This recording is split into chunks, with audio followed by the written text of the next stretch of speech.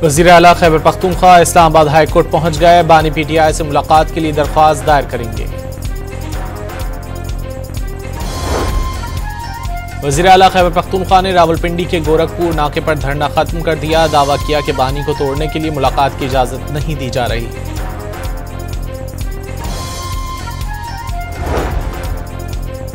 Lahore high court में आईनी benches के क़याम के लिए सदर मुमलिकत, वज़ीर आज़म और वज़ीर आला पंजाब को ख़त। जुडिशल एक्टिविज़म पैनल का पंजाब में आईनी बेंचेस का क़याम अमल में लाने का मुतालबा।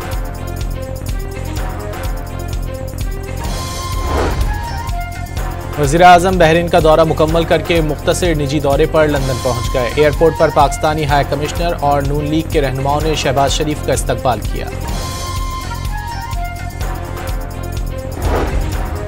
व्हाइट हाउस के करीब अफगान शहरी की फायरिंग से जख्मी होने वाली नेशनल गार्ड की अहलकार ने दम तोड़ दिया। दूसरे नेशनल गार्ड की हालत तशवीशनाक करार। अमरीकी सदर के मुताबिक फायरिंग करने वाले शख्स की हालत भी नाजुक है। ट्रंप का कहना है कि गैर कानूनी तारिकीन वतन अमरीका आकर मुश्किलात पैदा करते हैं।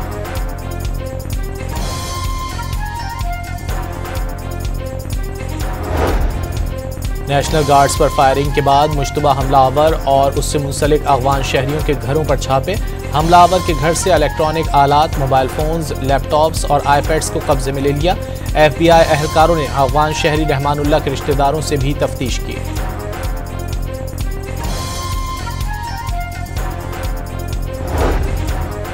दहशतगर्दों की सरपरस्ती करने वाला अफगानिस्तान खित्ते के अमन के लिए खतरा बन गया। अफगान सरजमीन से ताजिकिस्तान में ड्रोन हमला, 3 चीनी मुलाजमीन हलाक हो गए। ताजिकिस्तान का शदीद एहतजाज।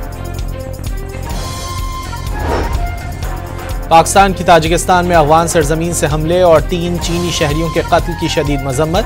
दहशतगर्द हमला बुज़दिलाना फेल करार दे दिया।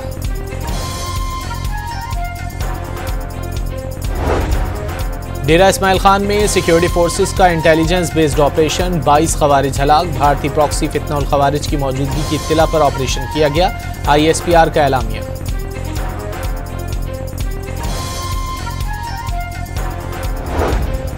मुत्तहिदा अरब अमारात की पाकिस्तानी शहरियों के लिए वीज़ा पाबंदियों की तरदीद। पाकिस्तानी शहरियों के लिए वीज़ों पर कोई पाबंदी नहीं। लेबर समेत दीगर कैटेगरीज में रोज़ वीज़े जारी किए जा रहे हैं। अमाराती सिफारतकार की वजाहत। कराची के इलाके बल्दिया में शादी की तकरीब में फायरिंग से एक शख्स जाँ बहक और बच्चे समेत 7 अफराद जख्मी हो गए। कराची के इलाके जौहराबाद में मुकाबले के बाद मुलजिम जख्मी हालत में गिरफ्तार। गुलशन इकबाल में कोरियर कंपनी से 62 लाख रुपए लूटने वाले एक डकैत को पुलिस ने पकड़ लिया। कब्जे से लूटी हुई रकम और असलहा बरामद।